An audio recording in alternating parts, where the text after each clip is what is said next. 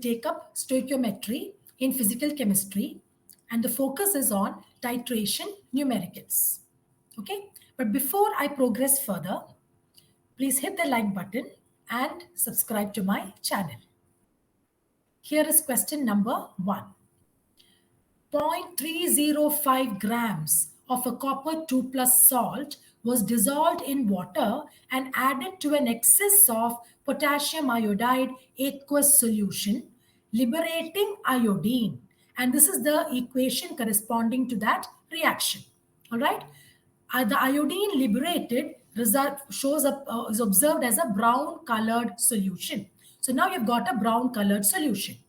Now, this brown solution or the liberated iodine requires 24.5 milliliters of 0.1 molar sodium thiosulfate solution. Now, this is the reaction which shows this is the equation which shows the reaction between the liberated iodine and thiosulfate. The brown colored solution of the iodine is now becoming less intense because iodine is getting used up, and you notice that the color becomes light brown, and making use of a starch indicator, you get a bluish black color, and in the next drop, the color, it becomes colorless. All right. So blue to colorless will be the end point, expected end point. And this is the volume of thiosulfate required to completely use up or react with iodine.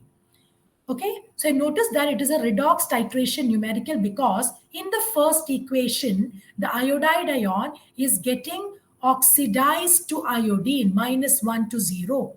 And in the second equation, iodine is reduced back to the iodide ion. So it is a redox titration numerical. The question is to find out the percentage of copper by mass in this copper 2 plus salt. The atomic mass of copper is given as 63.5. Okay. Now, before we start solving the question, let's first find out if we can get a mole ratio between thiosulfate and copper 2 plus. Right? You need to find out the mass of copper, which means you first need to find out the number of moles of copper, from which you find out the mass of copper and then the percentage. Okay. So let me write down the ratio, try to get the ratio between mole ratio between thiosulfate and copper 2 plus, and we relate it using a common link, iodine. So iodine is produced in the first step, used up in the second step. So in step 2, the ratio between thiosulfate and iodine is 2:1. Okay, in step 1, we are relating iodine to copper 2 plus, and the ratio is 1:2. Right? 2 of copper, 2 for copper, and 1 for iodine, 1:2. The common link is the same, and therefore the mole ratio between thiosulfate and copper 2 plus is 1:1. So number of moles of thiosulfate will be equal to number of moles of copper 2 plus ion. All right. So that is the relationship between thiosulfate and copper 2 plus. So now let's find out the number of moles of thiosulfate from this information. Okay. So number of moles of thiosulfate will be equal to molarity into volume. And what is the concentration? The concentration is 0.1 and the volume is 24.5. So 24.5 into 10 to the power of -3 to convert it to liters. So this will be 2.45 into 10 to the power of -3 moles. Okay. Therefore, the number of moles of copper 2 plus will also be the same. 2.45 into 10 to the power of -3 moles. So now what is the mass of copper? Mass of copper would be number of moles into the molar mass. What is the molar mass? 63.5. And therefore, what is the percentage of copper? 2.45 into 10 to the power of -3 into 63.5 divided by what is the mass of the salt? 0.305, right? 0.305. Let's simplify this question, modify and round off some numbers. This becomes, let's make it 2.5, 10 to the power of -3. Let this be 64 divided by 0.3. So this becomes 8. 64 into 8. So 8 fours are 32, 48 plus 3, 51. 512 into 10 to the power of minus 3, and of course multiplied by 100. So into 10 to the power of 2. So what is the answer? You get 51.2%. Some approximation, but the answer is 51.2%. All right. So that was a redox titration numerical. Now let's go to an acid-base titration numerical. An interesting question here. Okay. Question number 2. 5 grams of a mixture containing sodium hydrogen carbonate, 3 components, sodium carbonate and sodium chloride. This mixture is dissolved in 500 milliliters of water. Okay. 10 milliliters of this solution. So from 500 milliliters of the solution, 10 milliliters has been pipetted out, transferred using a pipette, and titrated against hydrochloric acid, and was found that 12.4 milliliters of 0.1 molar hydrochloric acid is required for neutralization. Okay. Now, before we proceed with the second part of the question, let's quickly write down or let's quickly analyze what we can attain from this particular discussion. Let's focus on this particular sentence. So we've got 3 components here: sodium hydrogen carbonate, sodium chloride, right? So we've taken 10 ml of the solution. Amongst the 3 components, which will react with hydrochloric acid, right? Sodium hydrogen carbonate will react with hydrochloric acid. Sodium carbonate will react with hydrochloric acid. Both are basic in nature, right? Whereas sodium chloride is a salt, sodium chloride will not react with hydrochloric acid. So first, let's write down the equation corresponding to sodium hydrogen carbonate reaction with hydrochloric acid and that of sodium carbonate with hydrochloric acid. So, sodium hydrogen carbonate. So, in 10 milliliters of the solution, let the number of moles of sodium hydrogen carbonate be X, okay, X moles. And that of sodium carbonate, let it be Y moles in the first 10 ml of the solution. Okay. Now, we can find out the number of moles of hydrochloric acid required to neutralize both of these, both sodium hydrogen carbonate and sodium carbonate. What is that equal to? So let's look at the question.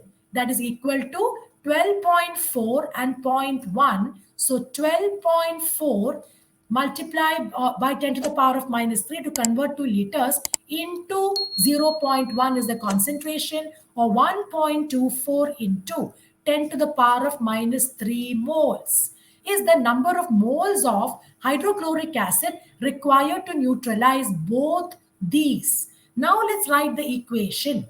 Okay, so the first equation would be sodium hydrogen carbonate will react with hydrochloric acid to give you sodium chloride plus water plus carbon dioxide. Here the mole ratio is 1:1.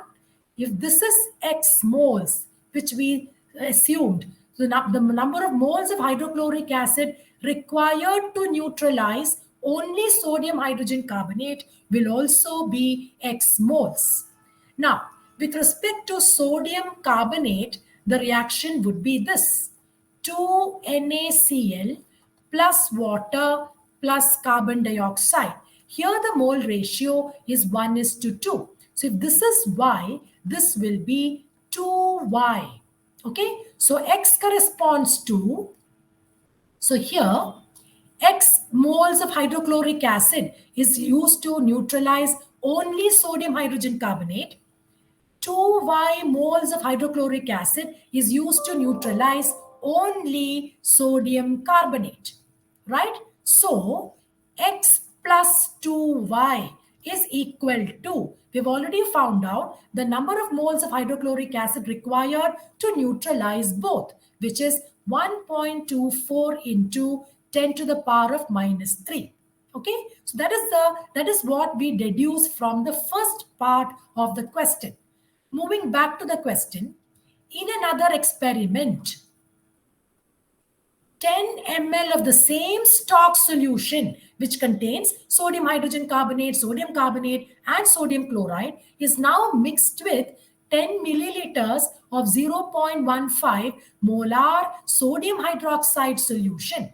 Okay, so now sodium hydroxide being alkaline, only an acidic component will react with sodium hydroxide. Amongst these three components, only sodium hydrogen carbonate has a replaceable hydrogen atom, right? So in the next experiment, so we finished the first experiment, that is over. In the second experiment, okay, again we are starting with a 10 ml of the stock solution. Sodium hydrogen carbonate is what reacts with sodium hydroxide. Okay, one hydrogen and one OH, and therefore the mole ratio would be 1:1. Let's go back to the question. Some more information is required. The unreacted sodium hydroxide required 12.6 milliliters of 0.1 molar hydrochloric acid for neutralization. So whatever sodium hydroxide was supplied here did not completely react with the 10 ml or with sodium hydrogen carbonate present in the 10 ml of the stock solution. So some amount of sodium hydroxide reacted, some amount of sodium hydroxide remained unreacted. The unreacted sodium hydroxide was titrated with hydrochloric acid. Okay, and this, the mole ratio being 1:1, this is the number, you can find out the number of moles of hydrochloric acid, which is equal to the number of moles of unreacted sodium hydroxide. We call this kind of a titration as back titration. Okay, we call it as a back titration. So let's now find out in the second experiment, we are trying to find out how many moles of sodium hydroxide reacted. Only then we get the number of moles of sodium hydrogen carbonate present in the 10 ml of the stock solution. All right. So unreacted number of moles of sodium hydroxide is equal to number of moles of hydrochloric acid. So what is the volume and concentration?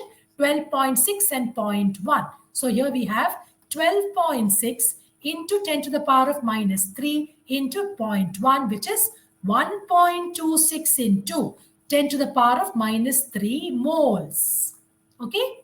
We have been provided with the initial quantity of sodium hydroxide. So we can find out the initial number of moles of sodium hydroxide from the volume and this concentration.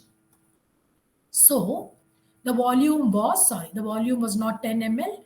It's mixed with 10 ml, yes. So 10 ml, so 10 into 10 to the power of minus 3 into 0.15.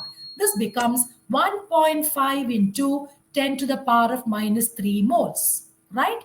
So from this data, from the unreacted and the initial, we can now find out the reacted number of moles of sodium hydroxide, which is initial minus unreacted. So 1.5 minus 1.26 into 10 to the power of minus 3. And that happens to be 0.24 into 10 to the power of minus 3 moles. And this will be the number of moles of sodium hydrogen carbonate in the 10 ml of the stock solution, and that is equal to X. So 10 ml of the stock solution will always contain X moles of sodium hydrogen carbonate, right? So we got the number of moles of. So therefore, the number of moles of sodium hydrogen carbonate in 10 ml of stock solution, any stock,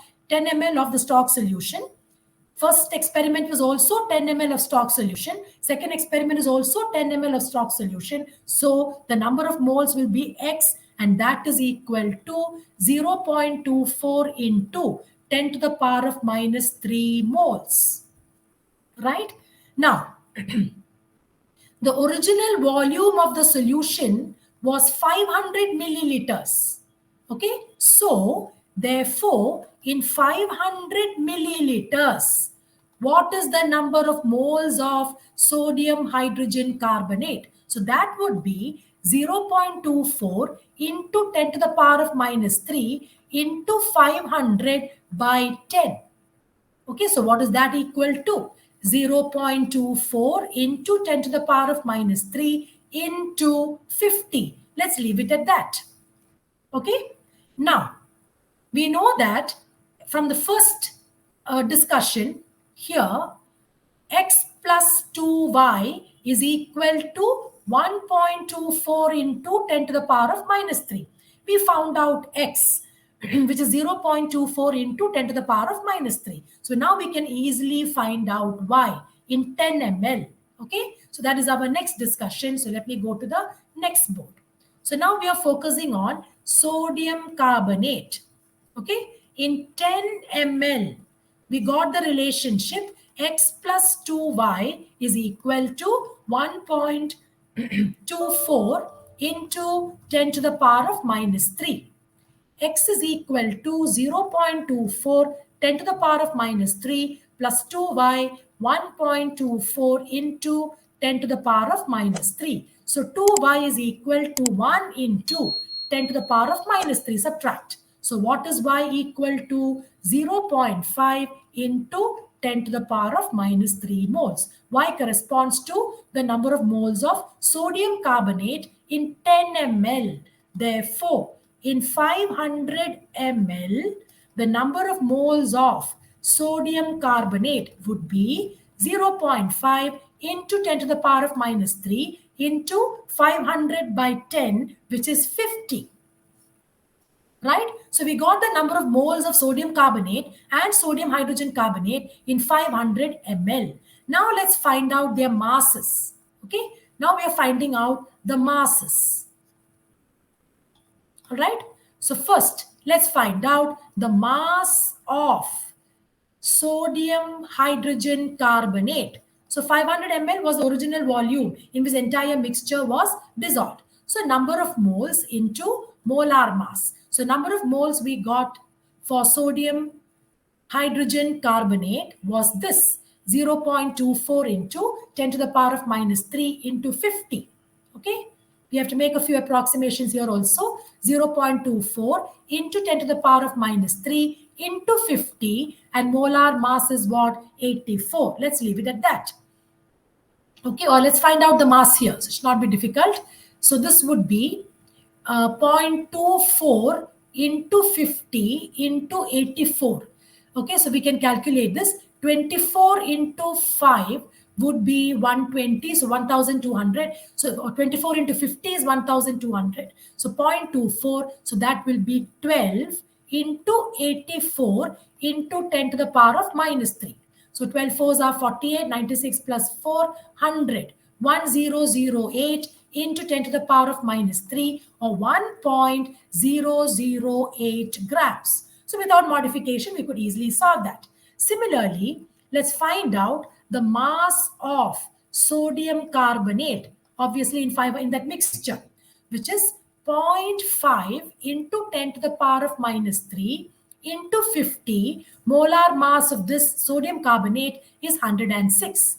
So 0.5 into 50 will be 25, right? 25 into 106. So I'm doing a simple manner, a simple way. What I'm going to do is 25 into 100, 106. So 100 plus 6. 25 into 100 is 2500. And 25 into 6 will be 150. So this is 2650 grams. Sorry. And that into, we forgot to multiply. So 2650 into 10 to the power of minus 3, 2.65 grams will be the mass of sodium carbonate. And what is the last step now? The last step is to find out the percentages. So percentage of sodium hydrogen carbonate would be, so we got the mass as 1.008.